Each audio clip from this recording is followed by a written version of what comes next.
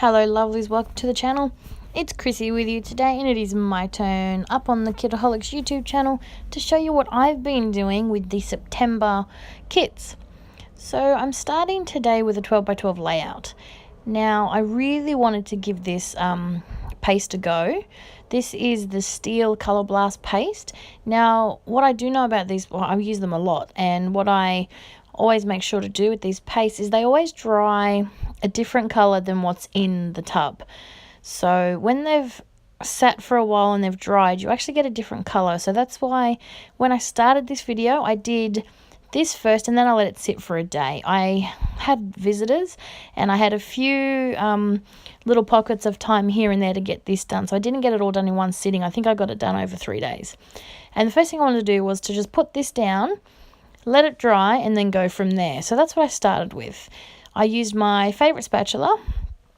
It's a silicone applicator, and it is so awesome. I got it at the Scrapbook Expo, and I'll definitely have to get more next time I see them. And I've used that to apply the paste. Now I wanted this to work as sort of a matte for my photo. You know how much I love my mixed media, and you know how much I love playing with new supplies. So I wanted to give this a go to see if I could get like a glossy sort of matte for my photo. I knew it wouldn't dry this color. I had a feeling, because I haven't actually used the steel before, that it would dry a nice metallic sort of glossy finish on the page and not as bold as it looks here. And I was quite pleasantly surprised. When you watch this video, the light reflects very well off the paste. In real life, it's actually not as vibrant and bright and noticeable as it is in the video. So keep that in mind. So these are some pictures of my husband and my boys from Father's Day. I was printing off a whole bunch of pictures, deciding which one to use, and these two caught my attention first. So I thought I'd print them both off because I'll scrap them both at some point and decide which one I wanted to go. So I didn't really have a plan for this layout, didn't even have a photo picked until now, and yeah, just grabbing some things that I think will go well together. I knew I wanted to do this on the background. That was the only thing I wanted to do. And then my layouts just tend to come together after I start doing things, and that's exactly what happened. I go through the layout, find some things I want to work with, put it all on my desk and go from there. So as you can see, I went for the first photo of my oldest son and my husband when my oldest son woke him up for Father's Day. And it was just too cute not to snap a picture of them, even though my youngest wasn't awake yet. If you're working watching on a big enough screen, you will notice that I have damaged my photo. When I have turned it over onto that Color Blast paste, it is a bit tacky, and not tacky wet, but tacky in a sort of want to annoy my photo kind of way, because I hadn't put any wax or anything on it.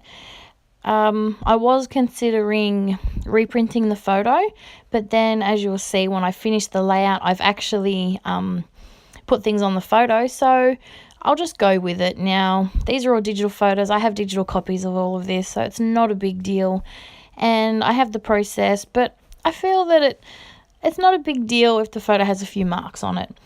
This is for me, for my boys, and plus I think I feel it adds to the grungy feel of this layout, so it doesn't bother me too much, so I do stick with it. I've matted my photo on some of the 6x6 paper that came in the kit. This was a fantastic addition to the pocket page kit, and I love the inclusion of the 6x6 papers.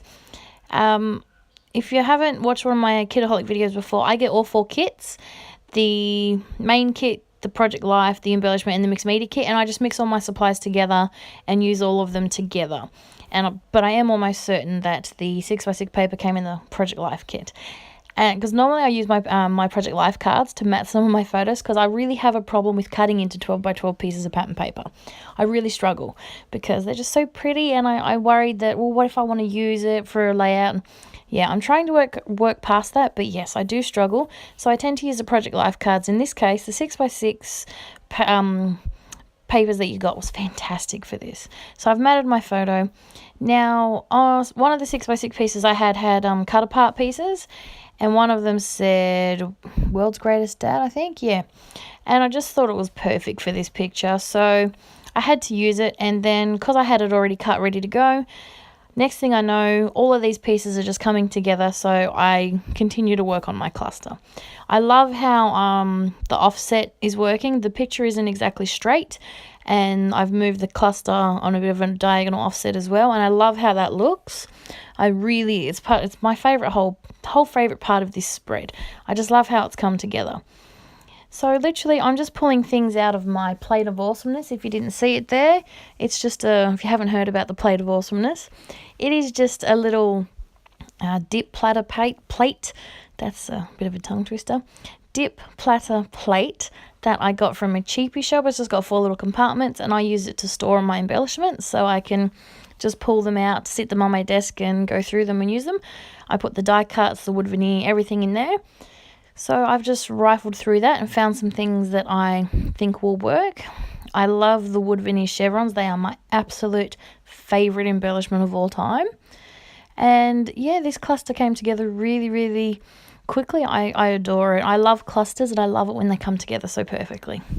Rounding off this cluster with some sequins. I love sequins, and I love the little baggie that we get in the kits, and I love that you get different sizes. I really struggle with bigger sequins, but I do love the smaller ones.